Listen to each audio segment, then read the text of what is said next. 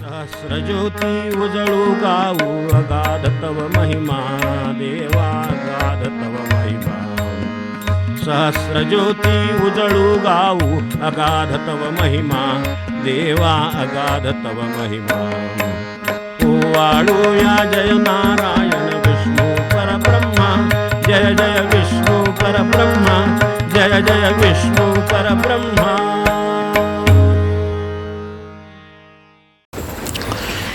आपण असं पाहत होतो की जीवन म्हणजे नुसती जगण्याची वस्तू नसून कृतींची संधी आहे.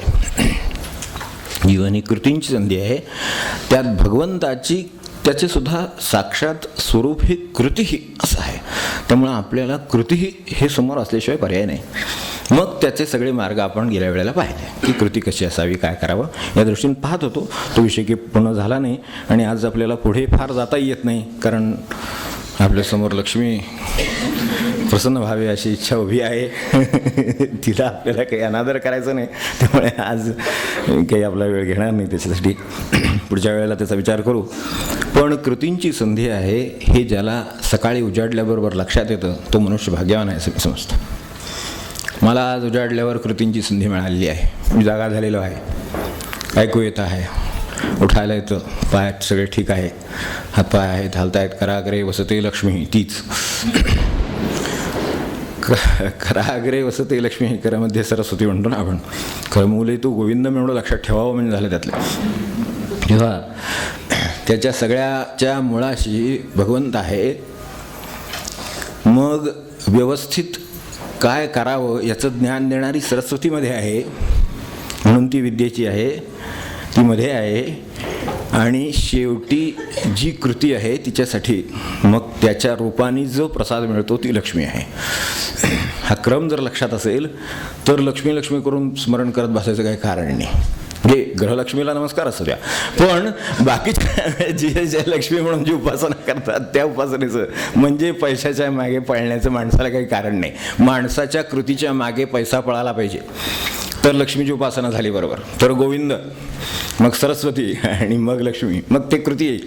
ती कृती होईलच मागे जर बरोबर सारथी असेल आणि जर व्यवस्थित हातपाय असतील. म्हणजे कृतीची प्रेरणा कोणत्याही कृतीची असू दे, त्याला प्रत्यक्ष हे लागत नाही. इतक्या प्रकारच्या कृती म्हणजे मनुष्य अक्षरशः कृतीप्रवण किती प्रकाराने राहू शकेल याची उदाहरणं पाहावी तेवढी थोडी आहेत.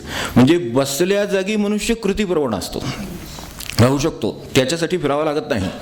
संतांनी जाग्यावर बसून जेवढं कार्य केलं तेवढं महापुरुषांनी जगभर हिंडून सुद्धा केलं नाही आहे असं आपल्या लक्षात येईल. महापुरुषांनी म्हणण्यापेक्षा आपल्यासारख्या पुरुषांनी म्हणू आपण. महापुरुषांनी तर त्याच्यापेक्षा कार्य केलीत, त्या अर्थानेच ते महापुरुष आहेत. पण यांनी जाग्यावर बसून, रमणाने जाग्यावर बसून जे निर्माण केलं ते आपल्याला जगामध्ये फिरून आपण निर्माण करू शकणार नाही. आपल्यापुरतं बघू आपण जगामध्ये फिरून सुद्धा ते निर्माण करू शकणार नाही. ते जाग्यावरून निर्माण करू शकतात. त्या अर्थाने शेवटचा सत्ता हा शब्द आहे भगवंताचा. सत्पण आहे फक्त. त्यामुळे ज्याच्या असणं हीच कृती आहे तो भगवंत. आमचं असणं हीच कृती हवी मुळात, मग पुढे सगळं आहे. त्या साक्षात परमेश्वर ज्याचा जागा आहे त्यात आत्मवान असा शब्द आहे. तसं ज्याचा परमेश्वर जागा आहे आत्मवान नाही कुणी, अशी परिस्थिती आहे. सगळे कशात काहीतरी आहेत, कुठलं तरी वान म्हणजे काहीतरी त्याच्याजवळ आहे. संपत्तीवान, विद्यावान हे भेटतात आपल्याला, नाही असं नाही. विद्यावान भेटतात, संपत्तीवान भेटतात, संगीतवान भेटतात. किती प्रकारे आपल्याला असे म्हणजे बरोबर ती गोष्ट असलेले किंवा स्वतः असलेले असे किती लोक भेटतील. संगीतवान लोक आहेत. शेवटी आता बटांचा लिलाव करायची वेळ आली नाही का संगीतज्ञावर. जागतिक कीर्तीचे संगीतज्ञ आहेत, आपल्याला त्यातलं काही कळत नाही म्हणून त्यात न म्हणलेलं बरं आपण. पण आता त्यांच्या गेल्यानंतर पोटात फक्त जे ह्याचे घटक असतात, व्यसनांचे घटक असतात ते आणि त्याच्यावरची औषधं, ह्या पलीकडे भिसऱ्यात काही सापडलं नाही. एवढी मोठी उदाहरणं आहेत तरी आपण नाचतो त्यांच्या तालावर. काय गंमत असते बघा. म्हणजे कुठून कुठे हे आहे आणि आता त्याच्यातून 7 लाख रुपये ते बटातून मिळतील, ते कर्ज भागवायचे. मागे काय ठेवून गेलो आपण, काय मागे ठेवून गेलो, कोणाच्या मागे पळतोय ते कळावं म्हणून उदाहरण सांगितलं म्हणतं की आता लिलाव व्हायचा आहे. राहिले केस तरी निदान ते लिहाव करून तरी तिला कर्ज भागावं, काय मागे ठेवावं माणसाने, मरावे परी काय कर्ज रुपये उरावे. समर्थानं सुद्धा 10 वेळा आपल्याकडे बघून वाटत असेल, काय वाटत असेल सगळं बघितल्यावर. तेव्हा सत्ता काय, सत्तावान म्हणजे हे असली सत्ता नव्हे, आज आली उद्या गेली, ह्यानी काढून घेतली त्याने नाही म्हणून सांगितलं, असली नाही सत्ता. जी भगवत सत्ता आहे ती ज्याची जागी आहे, म्हणजे करमूलय तो गोविंदम ज्याचं जागा आहे त्याच्या दृष्टीनं पुढे सगळं होणारच आहे. कारण तो जागा म्हणून बुद्धी जागी म्हणून मनुष्य जाग्यावर बसलेला आहे. तर त्या ठिकाणी रमण बसून प्रेरणा देतात. आज बसल्या जागी प्रेरणा दिलेली आहे. ठीक आहे, त्यांना कृती भगवंताने दिली म्हणून फिरले तर फिरले, नाही तर नाही, काही फिरायची आवश्यकता नाही. नुसते बसून अनुग्रह आहेत, नुसते बसून माणसाचा चित्तवृत्तीचा पालट आहे, बसून शंकांचा नाश आहे.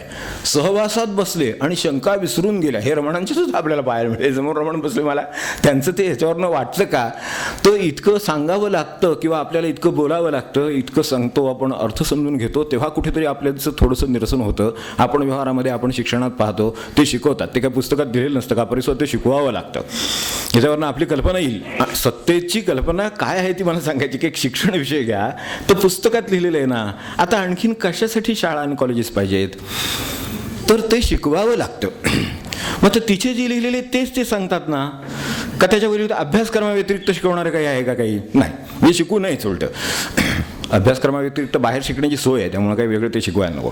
पण अभ्यासक्रमातलंच ते शिकवतात ना, मग ते काय ते स्पष्ट व्हावं लागतं. त्यासाठी शाळा कॉलेजातून ते अमुक करावं लागतं आपल्याला, अशी परिस्थिती आहे. म्हणजे त्यातल्या विद्येला सुद्धा अजून कशाची तरी गरज लागते, तेव्हा ते आपल्याला कळतं आणि मग त्यात शंका निर्माण होतात, मग त्यांचं निरसन होतं. ही सामान्य माणसाची प्रक्रिया आहे आपली.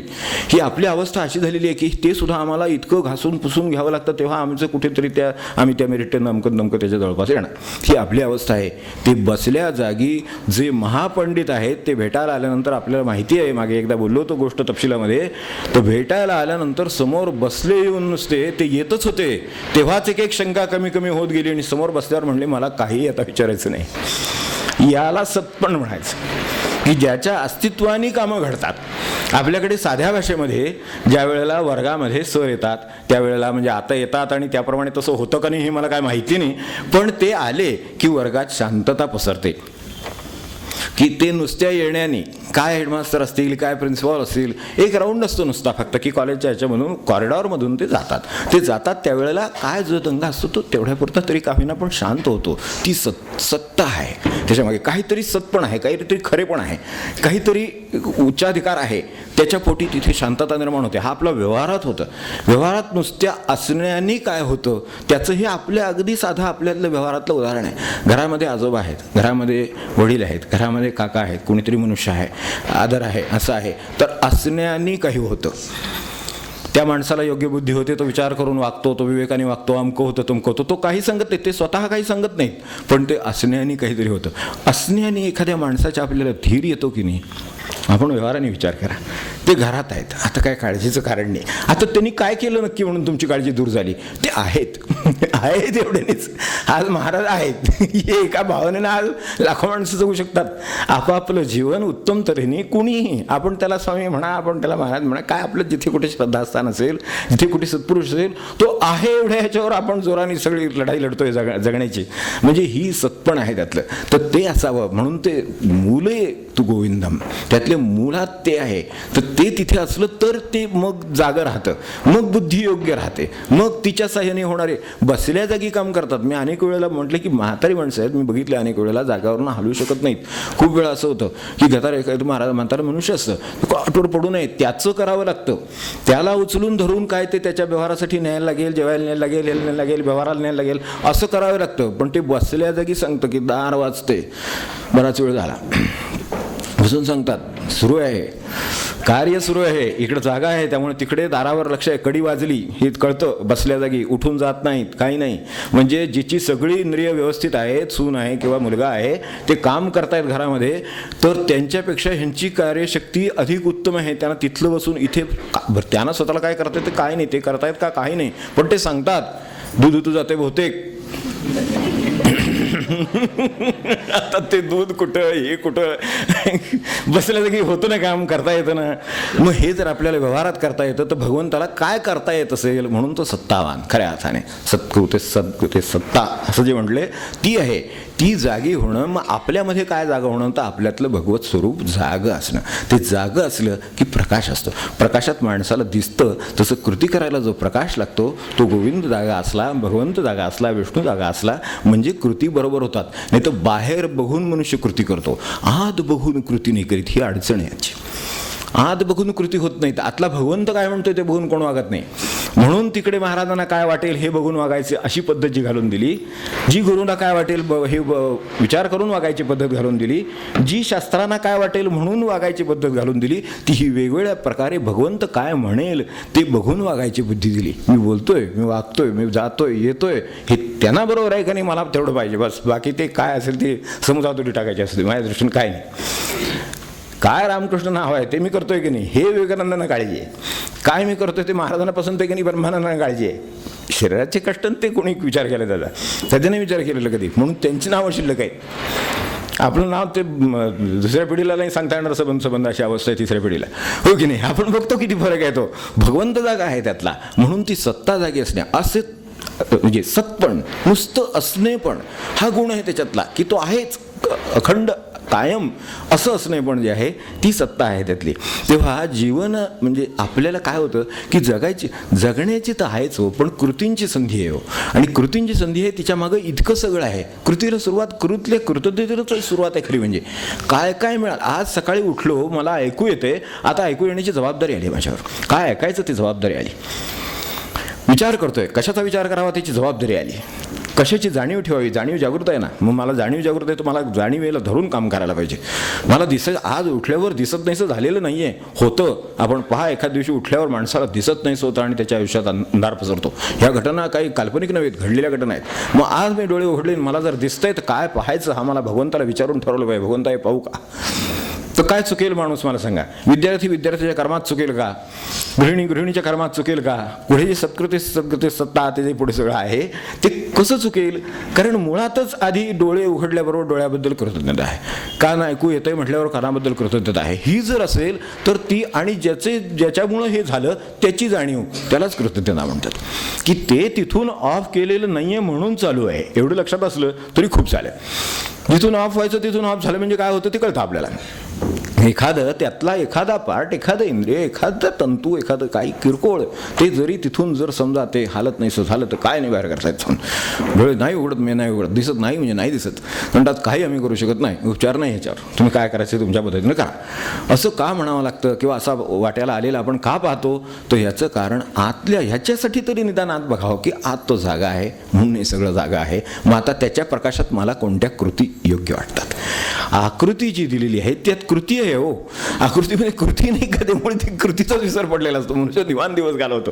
अरे दिवाण कसा दिवस घालवतो, तो काय करायचं हे ठरवू दे. ते कसं करायचं ते सत्कृती ही सांगितलेली त्यासाठी. म्हणजे जे आपण गेल्या वेळेला पाहत होतो त्यात ज्यात शाश्वत कडाकडे नेणारी माझ्याकडून काहीतरी कृती, सगळ्या कृती. आता माझ्या कृती कुठल्या तरी समजा एखाद्या नोकरीसाठी प्रयत्न करतो मान्य, मग त्याच्यात काहीतरी प्राप्ती आहे, तिला सत्पण आहे. पैशाला सत्पण नसतं तर कोणी नोकरी करायला गेला नसता. मला सांग, पैसा आणल्याने बाजारात त्यातनं काही मिळत नाही तो कोण जाईल तिकडे. ते पैसे घेऊन जाऊन बाजारात काय उपयोग नाही. ती वस्तूही मिळणार जर नसेल तर मनुष्य त्याच्यासाठी करणार नाही. म्हणजे काहीतरी सत्पण त्याच्यात आहे म्हणून त्या प्रयत्नाला अर्थ आहे, म्हणून मग नोकरीला अर्थ आहे, म्हणून मग पगाराला अर्थ आहे, म्हणून शिक्षणाला अर्थ आहे. कारण या शिक्षणाने मला नोकरी मिळेल, नोकरीमुळे पगार मिळेल, पगाराने पैसा मिळेल, पैशाने मी सगळं करीन, इथपर्यंत माणसाची मजल जाते. भगवंताचा प्रकाश ह्याच्या पुढं पसरलेला आहे. तू तर ते करशीलच, पण हे ज्यांनी दिलं त्याच्यासाठी काय करशील, इथपर्यंत प्रकाश पसरलेला आहे. त्याला कृतज्ञ कृतीर आत्मवान असं म्हटलेलं आहे. तर आत्मवान लोक कमी गाठ पडतात, बाकी संपत्तीवान भेटतात. संपत्तीवान तर काय आहोत, थोडीफार इकडे तिकडे चलाखी असली तरी आज संपत्ती सोपी आहे. डिक्लेअर केलेले ॲसेट 10 लाखाचे होते, त्याचे 300 ते 400 कोटीची असेसमेंट आहे डायरेक्टोरेटची. आणि आता केस घातली आहे. आपल्याला माहिती असतील हे विषय सगळे की स्वतःचे डिक्लेअर केलेले स्वतःची संपत्ती ही 10 लाख ते 13 लाख या दरम्यानी आहे असं त्यांचं म्हणणं आहे. कागदावरचं हे सगळं घडलेलं आहे, कागदावरचं आहे. पण प्रत्यक्षात ज्यांची तपासणी आता ज्यांच्या त्यावरच्या यंत्रणा करता आहेत त्यांचा अंदाजच काढलेला 300 कोटीच्या वर आहे. अहो 10 लाख कुठे, 300 कोटी कुठे, काय किंमतच ते शून्य बिन्य सुद्धा, खरोखर शून्याला किंमत नसते हे खरंच आहे असं वाटायला लागले वाई परिस्थिती बघून. शून्याला काय किंमत आहे की नाही कोणा, कसले उच्चार आपण करतो आणि 10 लाख काय, 13 कोटी काय, 23 कोटी काय, काय 300 कोटी काय, काय कळेना काय. म्हणजे हे ह्याच्यातलं काय आहे हे संपत्तिमान हा आत्मवान आहे का? तो जर आत्मवान असता तर ही वरची शून्य पडलीच नसती, ती दरिद्री गरजू लोकांच्या वाट्याला गेली असती. संपत्ती नाही कुठे भारतात. आपल्याकडे काय दारिद्र्य आहे? खरं दारिद्र्य नाही, खरं सांगायचं तर वृत्तीचं दारिद्र्य झालं असेल तर. माणसानं वृत्तीचं दारिद्र्य आहे म्हणून हे बाहेर दारिद्र्य दिसतंय आज आपल्याला, नाही तर दारिद्र्य दिसणंच शक्य नाही. आहे ती संपत्ती, भागेली माणसं, मागे एकदा सांगितलं होतं तसं सगळे व्यवस्थित जेवतील, कुणालाही उपाशी ह्या जीव जगात राहणं शक्य नाही हे नक्की आहे. पण हा आत्मवान असेल तर कृतज्ञ, कृतीरा आत्मवान, तो कृती करतो आहे, कृतज्ञ आहे. काय जे भगवंतानी त्याच्यासाठी केलेलं आहे, काय नाही गुरुनी त्याच्यासाठी केले आहे, काय हे आत्ता आपण बघितलं संतांची अर्थी तेवढ्यासाठी म्हटलं. निर्गुण दुर्लभ देव झाला ज्यांनी सगुणात आणला, अपार बुद्धीचे सागर केला सूक्ष्माचा व्यवहार. आपली एवढीशी बुद्धी चालवायची ती तेवढं 2 मार्कासाठी आपल्याला धडपड करून चालवावी लागते. जे अपार बुद्धीचे सागर त्यांनी सूक्ष्माचा व्यवहार करून माणसाला इथे व्यवहारात सूक्ष्म आणून दिलं, भगवंत आणून दिला. त्यांचा विचार करा क्षणभर, ते आत्मवान आणि त्यांच्या कृतीला त्यामुळे अर्थ आहे. म्हणून आपल्या कृतीनं असा काही दिवसातला अर्थ येतो का एवढं फक्त आपल्या तरी. अहो पशुपक्षी उजाडलं तरी निदान त्या भगवंताचं नाम घेतात, काहीतरी ओरडतात, किरबिल तरी करतात, हो की नाही. माणूस ते सुद्धा चांगलं बोलेल याची गॅरंटी नाही उजाडल्यावर. बाकीचं कशाला, त्याला वाचा दिलेली आहे, तो काय बोलेल उजाडल्यानंतर, हो की नाही, याची खात्री झाली का. आपण वाणी दिलेली आहे, त्यांच्याकडे काहीच दिलेली नाही आहे. तसा विचार केला तर ह्या वाणीची तुलना पशुच्या किंवा पक्षाच्या वाणीची आपले गणोरे बाबा सांगायचे ना, त्यांचं नाम आहे ते असं म्हणायचे. म्हणजे किती उच्च प्रकारची हे पोचले असतील ते कल्पनेने तिथे. आणि विश्वनाथ महाराज हे जाणायची भाषा, माकडे येऊन बसायची. तो ग्रंथ त्यांनी वाचलेला आहे. आज जी गाथा आपण त्यांची वाचतो ती गाथा माकडांनी तपासून ठेवलेली गाथा आहे. माकडं समोर येऊन त्यांनी बसून वाचलेलं आहे ते सगळं. ते म्हणले ठीक आहे आता प्रसिद्ध करायला हरकत नाही. का हरकत नाही त्यांनी, आणि खरोखर त्यांनी बसून त्या कट्ट्यावर बसून एक गाथेचं पान वाचलं बाजूला ठेवलं, गाथेचं पान वाचलं बाजूला ठेवलेलं आहे. जर त्याला आपण साधा वानर समजणार असाल तर त्याच्या दृष्टीने बोळा करून फेकून द्यायला पाहिजे. त्यांनी फेकून नाही दिलेला म्हणून वाचला, याच्यावर माझा विश्वास आहे की त्यांनी वाचून ठेवलेले आहे. आणि ते तरतं म्हणजे ते पाण्यात बुडून ते तरलं ना, ती गाथा म्हणून ती तरलेली आहे अजून सुद्धा, आज सुद्धा प्रेरणा आहे. तेव्हा कृतज्ञ कृतीरा आत्मवान मला दिले, शब्द दिले 4, मी कशासाठी वापरले 4 काय 400 शब्द मला बोलता येतील दिवसभरामध्ये. मला त्याच्या मागे भगवंताच्या सारखं आत्मवान होऊन माझे शब्द वापरता येतील का, या शब्दांनी दुसऱ्याच्या अंतःकरणाला आनंद होईल का, किंवा माझ्यातली कृतज्ञता मला व्यक्त करता येईल का, ह्या प्रत्येक गोष्टीबद्दल मला कृती करता येईल का, ती कोणाला कशी करता येईल हे मला माहीत नाही. ज्याच्याकडे जी कुवत दिली असेल, ती गीत संगीताची असेल, गाण्याची असेल, त्या वाचेचे कोणत्याही प्रकारचा वापर, एक वाचा घेतली तर डोळे घेतले, कान घेतले, ना घेतले, काय त्याच्या कृतीनं इतक्या असंख्य परिमाणं आहेत. यातली जी परिमाणं माणसाला घेऊन करता येतील तितक्या परिमाणाने मनुष्य परत भगवंताकडे जाणार आहे. खाली आला वासनेने, कसं असतं खाली जायचा मार्ग आहे ना 4 ट्रॅक सारखा आहे, कुठेही थांबायचे, गिअर सुद्धा बदलायला लागत नाही. मनुष्याची गाडी रसातळाला जाते टक्कन, पण वर जायचा मार्ग मात्र पायऱ्यांचा, एवढं लक्षात ठेवा. एक पायरी चढायला वेळ लागतो. एक भगवंताकडे जाण्याचा मार्ग पायरी चढण्याचा आहे आणि खाली जाण्याचा मार्ग टार रोड आहे. कधी जायला सुरुवात करा, ताबडतोब मार्ग मदत करायला तयार आहे तुम्हाला. बाहेर जा तुम्ही, बघा बाहेर की लगेच जर तुम्हाला जर वाईट मार्गाला जायचं असेल तर 100 माणसांची संगत ताबडतोब मिळते. सन्मार्गाला जायचं असलं तर शोधावं लागतं कुठं सत्संग आहे, कुठे चांगला आहे, तो सुद्धा तशात पुन्हा काय भेसळ आहे का काय, कारण आज काय डुप्लिकेट शिवाय नाहीच आहे बाजारामध्ये, हो की नाही. तो सुद्धा चायना सत्संग आहे की नाही कोणा ठोका, असं का जर वाटतं चायना वेळ आहे की नाही, शंका येते. चायना थोर आहे, आपल्याला काय म्हणायचं नाही. पण आता खेळणी विनाश करतायत अशी संशोधन झाली ना आपल्याकडे, त्याच्यावरसाठी बंदी आणायची वेळ आली ना. त्याच्यावर का बंदी आणायची वेळ आली की ती आज काहीतरी विनाश करतायत असं दिसतंय, हे याच्यावरनं वेळ आली आपल्यावरती, म्हणून हे असं आहे. तर तसं काही त्याच्यात चायना वेळ आहे का ते सुद्धा बघायची वेळ येते. पण दुर्मार्गाला जायला स्वागत आहे, या या या असं आहे अक्षरशः. तो हे फरक कसे आहेत ते लक्षात ठेवावं की सत्कृतीच सत्ता आहे. जे सत्कृती आहे त्या सत्कृतीचा पायऱ्यांचा मार्ग आहे. त्यामुळे एक पायरी चढायला माणसाला वेळ लागतो, पण इकडे 10 किलोमीटर जायला सुद्धा तेवढा ताकद लागणार नाही, कारण काय उताराचा मार्ग आहे. केव्हाही आपण नुसतं उभे राहा, धडकून खाली झाला आपोआप गडगडत खाली होतो मनुष्य, पण पायऱ्या चढायला मात्र एक एक पायरी चढावी लागते अक्षरशः. म्हणून नामाला किंवा संकल्पाला कष्ट आहेत, गुरुआज्ञेला कष्ट आहेत, नामाला कष्ट आहेत, सन्मार्गाला कष्ट आहेत, पारायणाला कष्ट आहेत, हे वाचन आता करतो आज आपण, ह्याला कष्ट आहेत, समजून घेण्याला कष्ट आहेत, तिकडे काही कष्ट नाहीत. म्हणजे कसे फरक आहेत या मार्गामध्ये एवढं लक्षात ठेवावं. तर आपल्याला मिळालेली कृतीचं आपण निदान काहीतरी संधी त्या जी दिलेली आहे तिचं आपण काही ते करावं, सार्थक करावं, त्यासाठी आहे. आणि त्यातही सत्कृती काय असतं, गती पाहिजे, नंतर सद्गती आहे. मुळात स्थिर आहे, मग गती आहे, मग दुर्गती की सद्गती हे अवलंबून आहे. एवढे विचार तरी माणसाला करायला हरकत नाही. मुळात आपण आहोत तसेच आहोत का? 5 वर्षापूर्वी जसे होतो, म्हणजे राग लोभ वगैरे वगैरे बाबतीत होत आहोत तसे होतो, म्हणजे हे तर निसर्गच काम करतो. त्यात मी काय करतो? 5 वर्षाचा मुलगा 10 वर्षाचा झाला, यात मुलांनी काय कर्तृत्व केलं? जेवला खाल्ला, बस ठीक आहे, ते सुद्धा खूप झालं म्हणायचं आजच्या काळात. पण एवढं केलं ते आपोआप झालं, त्याच्यात काही नाही विशेष, ते निसर्गाने केलं. 10चा 20 वर्षात झाला, 50 वर्षात झाला, काय ते झालं. त्याच्या ह्या ज्या वाढी झाल्या, या वाढीच्या प्रमाणात त्याच्या वाट्याला ज्या वासनांच्या रूपाने देह आला, म्हणजे खाली आला, तो वर जाण्यासाठी त्यांनी 50 वर्षात काय काय कृती केल्या, त्या सत्कृती त्याच्या. ठीक आहे, त्या तर सगळ्या पकडे घालतील आणि 1-2 गोष्टी तुम्हाला खाली पायऱ्या आणाव्या लागतील किंवा खाली आणतील, पण मी वर जाण्यासाठी एक पायरी तरी का होईना धड पडलो ना. एवढं मला माझा स्वतःचा बॅलन्स शीट बघायचा आहे, बस, बाकी काय नाही. स्वतःचाच बॅलन्स शीट आपणच बघावा. तर तो केला तर आपल्या लक्षात येईल की निदान मनुष्य गतिशील तरी असावा. म्हणून आळसावर गेल्या वेळेला बोट ठेवलं. समर्थांचं आळसावर फार बोट आहे, त्यामुळे ते त्यांना आवडत नाही. निवांत काय निवांत, आज निवांत दिवस काढला, निवांत दिवस काढला. माणसाला दिवस मिळाला, एक दिवस सकाळी जरा श्वास खालीवर होऊ द्या, मग कळतं दिवस मिळाला म्हणजे काय ते. एक तरी दिवस मिळू दे, निदान कागदपत्रावर सह्या तरी करीन असं म्हणतो मनुष्य. मग त्यावेळेला निदान मला दिसतंय, कळतंय, ते लिहून घेतात. यांना कळताना यांनी सही केली आहे, मी होतो वगैरे, ते सगळं करायची वेळ येते. ते ही वॉज कॉन्शियस वगैरे ते सगळं लिहून घेतात सर्टिफिकेट त्यांच्याकडून. असं काहीतरी ऐकतो मी की अशी वेळ येते, एक दिवस जर नाही मिळाला, 1 तास जर नाही मिळाला तर ही काय अवस्था होती हे आपल्या लक्षात येतं. बरं, ही कोणावर येते असं नाही. पूर्वी आजार वगैरे सगळे 60-70 नंतर माणसाला एक एखादा कुठला तरी तो सुद्धा असे आजार वगैरे असायचे, गुडघे दुखायचे माणसांचे, कधी 70-80ला वगैरे असं काहीतरी व्हायचं. आता तो 10 वर्षी डायबिटीज, 15 वर्षी अमुक अंधमुक, म्हणजे बडी मंडळी एकदम अगदी एखाद्या घरी फार मोठ्या राजा महाराजांनी राहायला यावं तशी अवस्था सध्या माणसाची झालेली आहे. तर ही आपण बघतो ना रोज. मग मला सांगा, स्थिर राहून त्याला कसं चालेल? त्याला गतिशील असायलाच पाहिजे, हे तर खरंच आहे. पण गतिशील असताना त्याला बरोबर सद्गती त्या दिशेनं चाललंय की नाही, सदकडे चाललंय की नाही, हे सारखं ज्याचं परीक्षण आहे. त्याचं नुसतं शरीर असलं ते स्थिर आहे, ते भगवंताने दिलेलं आहे. तर त्यातलं मन गतिमान आहे, तिथे थोडंसं आपल्याला सावधान राहिलं तर सद्गती का दुर्गती ठरते. सद्गती का दुर्गती मुळात शरीर ठरवित नाही. शरीर शेवटी दुर्गतीला जायचं, ते त्याची गती ठरलेलीच आहे शरीराची, तर आपण काय ठरवितच नाही. ती ज्या निसर्गाने निर्माण केलं तो त्या निसर्गाने शरीराची गती ठरवलेली आहे शेवट काय व्हायची ती.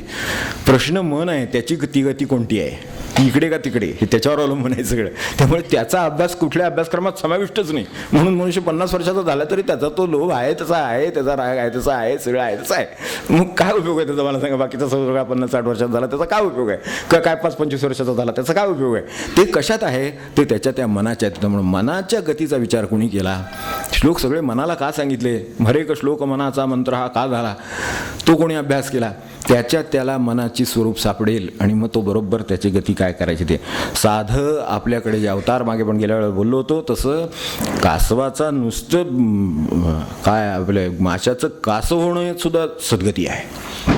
निदान एवढा तरी विचार करू आपण की तो सुद्धा मत्स्यावतार कुर्मावतार जे आहेत ते आपल्याला दाखवतात यामध्ये काहीतरी अपग्रेडेशन आहे.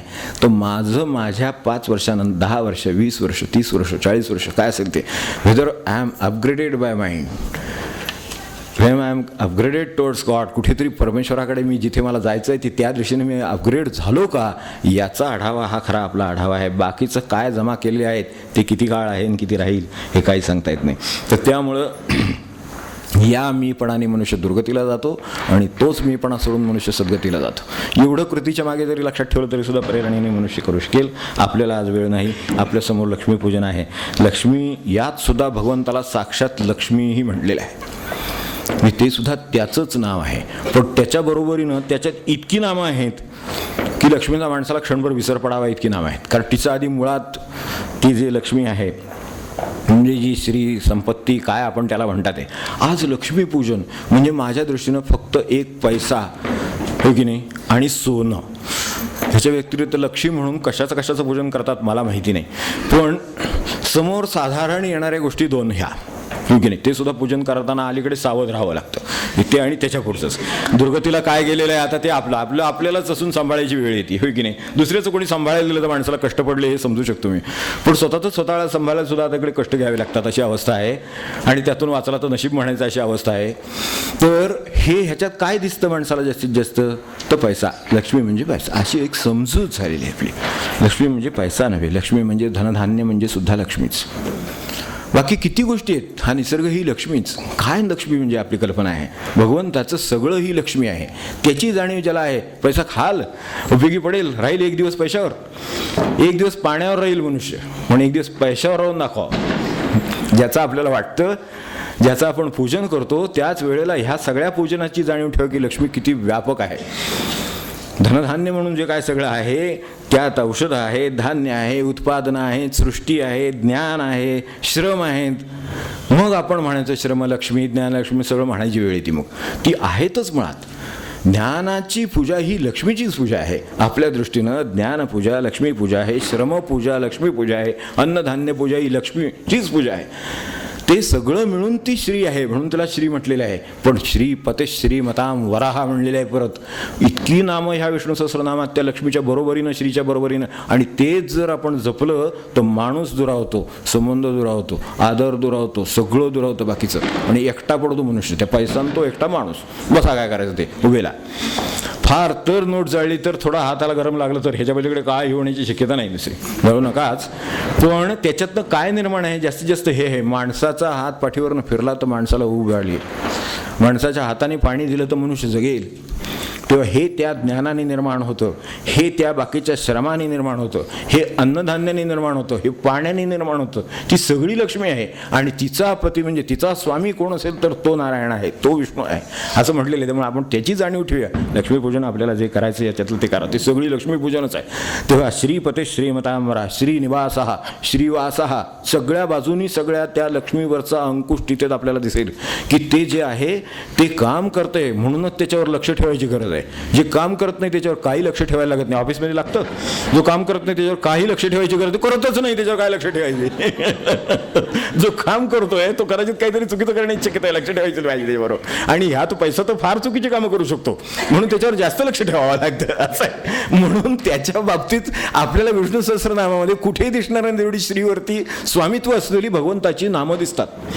हे मला आज आपल्या लक्ष्मीपूजनच आहे नेमकं. तर ते अवश्य करायचं आहे. कारण तिच्याशिवाय हा सगळा व्यापारच चाललेला नाही आहे. पण त्यात ज्ञानही आहे त्यात अन्नधान्य आहे त्यात पाणीही आहे त्यात अन्नही आहे. सगळं न विसरता करायचं आहे. ते म्हणजे लक्ष्मी आहे आपली. आणि तिच्याबद्दल ती त्याच्या ठिकाणी राहते. तिचा तो मालक आहे. श्रीपती श्रीमतांबरः श्रीशः तिचा स्वामी आहे. श्रेयः श्रीमान इथपर्यंत ठेवलेलं आहे. आणि शेवटी लक्षात ठेवा की नारायणाच्या परवानगीशिवाय लक्ष्मीला सुद्धा येता येत नाही. श्रीदहा आपल्याकडे जर नामं आपण पाहिली विष्णू सहस्रनामात तर एका वाक्यात आपल्या लक्षात आलं अरे बापरे हिची वेगळी उपासना व्यवहाराने जी करायची शास्त्राने जी करायची ती करावी. पण त्यापेक्षा मनाने पळण्यात काही अर्थ नाही. त्यापेक्षा नारायणाचा हात धरून ठेवा. मागोमाग येणं भाग पडतं. कारण देणारा कोण श्रीदहा भगवंत देतो. तेव्हा विष्णूची आज्ञा असली तर लक्ष्मीला प्रवेश आहे अशी परिस्थिती आहे. मग विष्णूचीच आज्ञा मागावी त्याच्यापेक्षा त्याच्याच आज्ञेत राहायचा प्रयत्न करावा. म्हणून सद्गती सत्कृते सत्ता सत्पथाचार सगळं जे गेल्या वेळेला आपण वाचलं ते त्यासाठी उशीर झाला. त्यामुळे थांबूया. आज आपल्याला थांबायचं ठरलं आहे म्हणून थांबतो. उरलेलं पुढच्या वेळेत. तेव्हा लक्ष्मीचा मान ठेवावा. आणि नारायणाची जाणीव आणि उपासना आपल्या कृतीमध्ये असावी. ज्याला साधलेलं आहे त्याला ते साधेल. नारायणाच्या किंवा विष्णूच्या विस्मरणात ती लक्ष्मी ही संचय आणि दुर्बुद्धीच्या मार्गाने विनाशक ठरते. हे अगदी मनाशी बघायला पक्क हरकत नाही. एवढं लक्षात ठेवलं तर सगळं आपल्याला स्वास्थ्य जे वाटतं, मनाला जे काय प्रसन्नता हवी आहे, जे समाधान हवं आहे, ते तेव्हा मिळेल जेव्हा हे लक्षात राहील आणि त्याच्या स्मरणामध्ये तिची पूजन आहे हे लक्षात राहील. त्याच्याबरोबर लक्षात राहील एवढं. आता सहस्रनामाचं आपल्याकडे गायन व्हावं, खरं सांगायचं ते म्हणून द्या रेकॉर्ड करून, एवढी खरी मुळात त्यांची कल्पना होती. त्याप्रमाणे ते रेकॉर्ड करायचा प्रयत्न केला. स्पष्ट उच्चार व्हावेत सगळे. नेहमीच्या पद्धतीनं म्हणायचं काम होत नाही, त्याच्यात ते होत नाही, म्हणून हे सगळं गायलेलं होतं. आत्ता ते लावलं होतं. शेवटी 1 मिनिट ते लावतील आणि आज मी काही पद वगैरे म्हणत नाही. विष्णू सहस्रनामाचंच तुमच्यासमोर आहे ना, तर ते लावा. आज दिवाळीच्या सर्वांना या दीप पर्वाच्या, प्रकाश पर्वाच्या मनःपूर्वक संतांच्या स्मरणामध्ये शुभेच्छा आहेत. त्याने आपलं जीवन प्रकाशमय करू देत, आनंदमय करू देत, संतोषमय करू देत. बाकीची कृपा त्यांच्या हातात आहे, ती ते करू देत अशी त्यांना प्रार्थना करतो, संतांना प्रार्थना करतो. आणि ह्या नामाचं थोडं गायन एक क्षणभर आपण मिनिटभर ऐकूया. आज आपण आपलं बाकी काही समारोप न करता विष्णूच्या स्मरणामध्ये राहू, त्याच्या नामाच्या स्मरणामध्ये राहू. आणि आज आपल्याला नुसती शब्दांची शुभेच्छा नको, म्हणून ते आपल्याबरोबर देण्यासाठी आज आपल्याच नेहमीप्रमाणे साधकांच्या याच्यामुळे, सहकार्यामुळे ही आज आपल्याबरोबर विष्णू सहस्रनाम जाताना दिवाळीची भेट म्हणून आपल्या घरी देण्याची व्यवस्था केलेली आहे.